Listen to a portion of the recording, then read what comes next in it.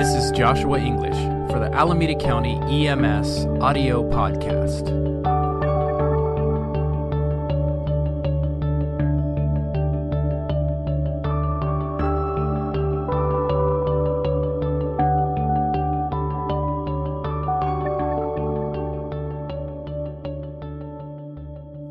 It's where I met my mentor, and that's where I had my personal transformation inside the youth authority. So it was there that I decided that I would spend the rest of my life advocating and working for youth in the juvenile justice system. In this edition, I leave the studio to talk with Mike Gibson of Alameda County EMS's Camp Sweeney project and Wellington Jackson, firefighter-paramedic with Alameda County Fire. The two are teaming up on an exciting program that is giving inner-city youth in Alameda County an alternative to incarceration, violence, drugs, and poverty.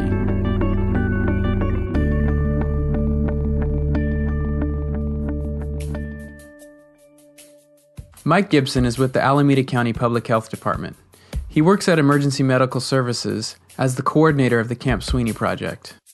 The Camp Sweeney program is a program for young people in the juvenile justice system. Young people who are incarcerated, they go through 11 weeks of life coaching, which is a cognitive behavioral change model, followed by a 6 to 8 week transformative mentoring program, and then they go through the first responders for 40 hours, and then once they complete that, they have the option of going to Bay EMT. Yeah, talk to me a little bit more about the life coaching. What is involved in that? Well, we look at it it's in 3 stages of cognitive restructuring, character refinement, and cultural realignment. In order for young juveniles to actually succeed in the program, they have to have a change of their mentality, the way that they see themselves, the way that they view their community, the way that they see society. So if we can have a shift in their thinking to actually see themselves in a positive light, then that will put them in a position to take advantage of an opportunity as an alternative to incarceration.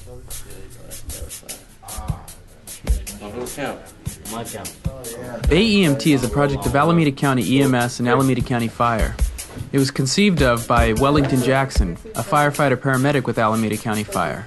It's a free program that offers inner-city youth in Alameda County an opportunity to obtain an education in emergency medical services. Ernesto Diaz is 17 years old. He's a graduate of Mike Gibson's Camp Sweeney project program. He is also on track to graduate from the Bay EMT program on March 15th. So I got into some trouble and went to jail in March Of last year? Of last year, and I got sentenced to a couple months at camp. I did 7 months at camp, and while I was there, this program was available, and I wanted to make good use of my time. Mm-hmm. So I took the class at first, and it started off with life coaching. I think it was like 2 months of that, and then shortly after that, first responder program started. And then once the first responder program started, I started attending it on a regular basis, and from there we graduated. We learned a lot of things and it got interesting. Mm-hmm. And then I was there when this program started in November, I think it was.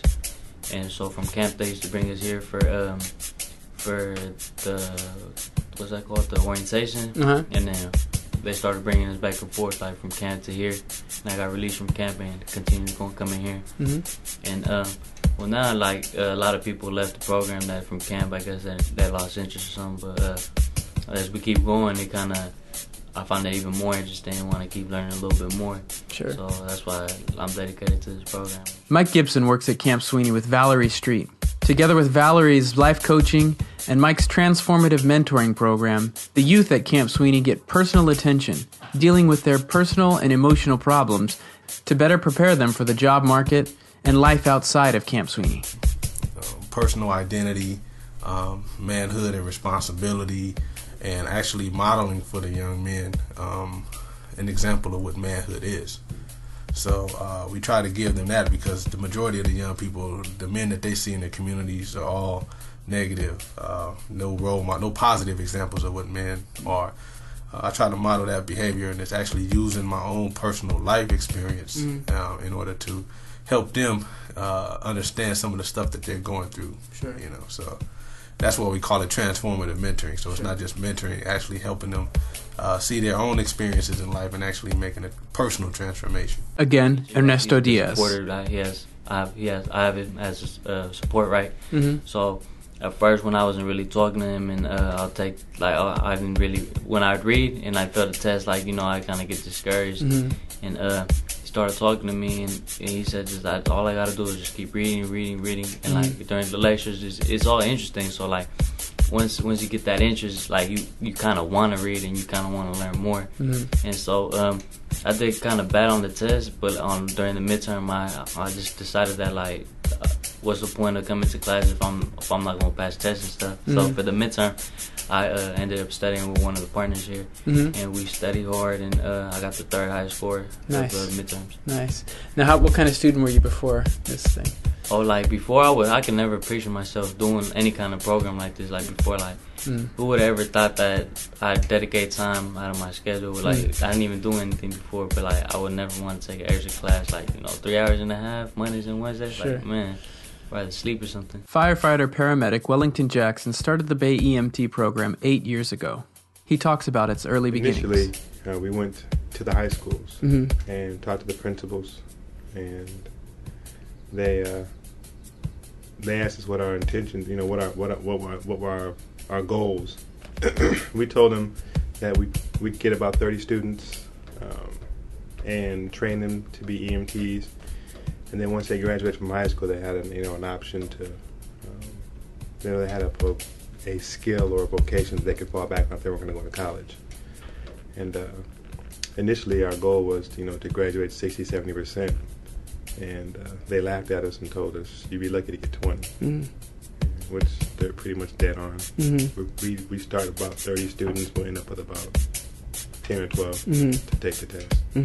So we're working on that, trying to figure out how to better those numbers. Again, Mike Gibson. I'm from East Oakland. I was born and raised, and in and out of the juvenile justice system since I was 12, I guess 11, 12, was arrested several times.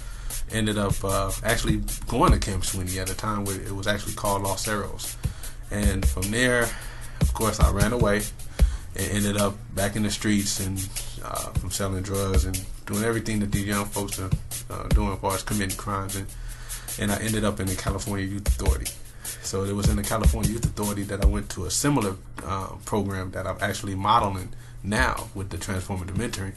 And it's where I met my mentor, and that's where I had my personal transformation inside the Youth Authority. So it was there that I decided that I would spend the rest of my life advocating and working for youth in the juvenile justice system. So been doing that for the past 15 years now. Patient informs you she's feeling lightheaded and dizzy, starting to see stars. I would place her supine with the feet elevated and the head down. She's in shock position. I just wrap her up in a blanket to control the heat and prepare for rapid transport and deliver high flow. 7 young people that actually go through Bay EMT, and out of the 7 young people, all 7 of them dropped out. So that's why we had to make some changes and modify the existing program that they had and add some new things in order to retain the guys. And out of that 7 who dropped out, 4 of them recidivated. So they ended up back in jail. One decided to play football. One just decided he just didn't want to do the program. And one I just couldn't find out where he was. So within the next group of life coaching that we've been having anywhere between 18 to 23 guys. So, and each program, each class. Okay. And then the first responders that graduated, and then we started off out of that group. We've collected, I guess, 12 participants showed up for the orientation at Camp Sweeney when the Bay EMT started back in November. I see. And out of the 12 that showed up to the orientation, 8 decided to actually go forward through the Bay EMT program.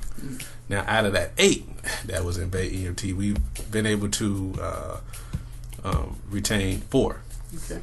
And out of the 4, we're looking at 1 to actually make it all the way through and become an EMT. I see. So it's just working, with putting things in place like the AMR, with a mentoring program that we created through AMR to actually get mentors, actual paramedics to mentor these guys, tutor, give them ride-alongs and so forth. So, it's their schooling. Most of them. I mean, we've had kids who can't read come into the class, but it's just they don't know how to study. This is an adult curriculum. Yeah. And so, they come in thinking, even some of the smarter students come in thinking, well, I got through high school barely studying and barely reading, but this is a different beast.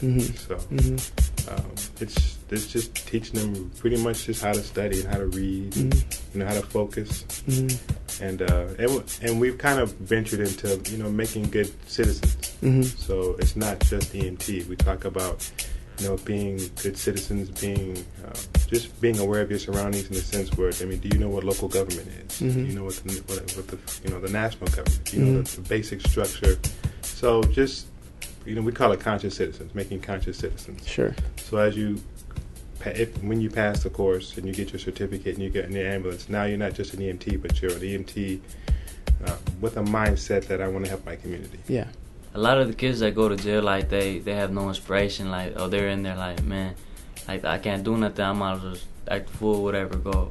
But, like, I don't think I would have made it in camp if it wasn't for, like, these kind of programs and all the support. They showed a lot of care. Like, you would kind of look forward to going to those classes, and then, they would always treat you so good. And, like, it's so, like, they helped me get through my time, 9 months. I got through it with them, and I would like to do the same things for others. Sure. And show them this opportunity. Like, it's a good career, and it's interesting. Like, it's not a boring career. Sure. Yeah, no, absolutely not. Yeah. Now, how about your family? Have they noticed? Oh, yeah. Like, every time my mom sees a test and I do good, like, she gets happy. And then my dad, like, he's the kind of person that, like, doesn't say anything to us, like, if he thinks we're doing a good job, but he'll tell my mom, like, they get so excited, and then my mom will tell me, like.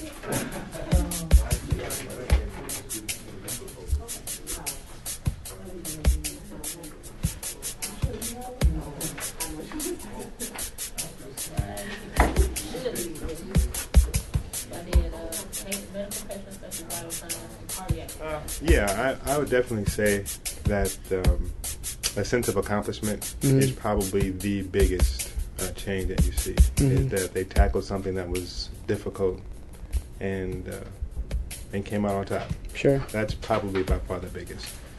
The ride along, the clinicals, that's the everyone's when they actually get out on the ambulance.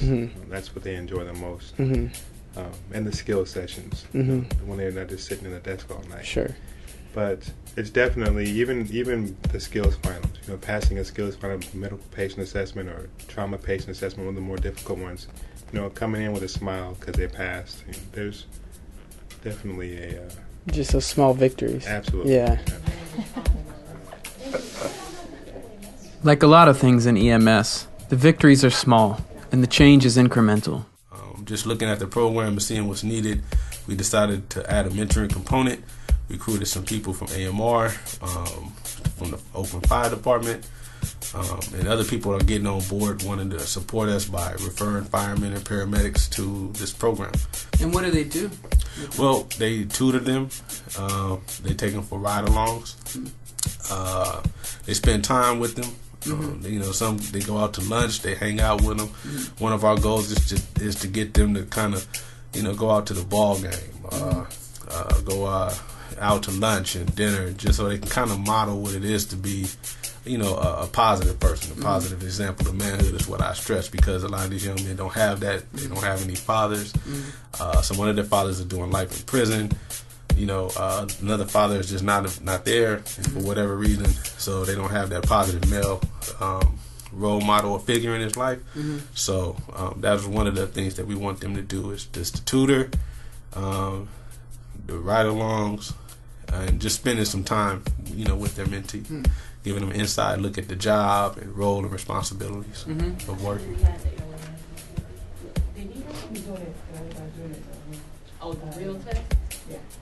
So this last class, there's 4 or 5 that are actually have applications to AMR now. So that trend is probably going to continue on. Okay. As the older the patient and students get, I would assume that we're going to get more in. And that's the goal now. The goal now is it's not so much, because with high school students it was almost like a explorer type thing where they kind of just see something new. Sure. Where most of these are asking, about job placement, and, what companies will be able to work for. So I think that's especially with the economy where it is now. Sure. I think that's the focus. That was a good focus. That was a good direction for us to go. Wellington is a firefighter who walks the walk. He volunteers hundreds of hours each year, helping inner-city youth find an alternative. I asked him, what would you say to inspire your colleagues to do the same things you're doing?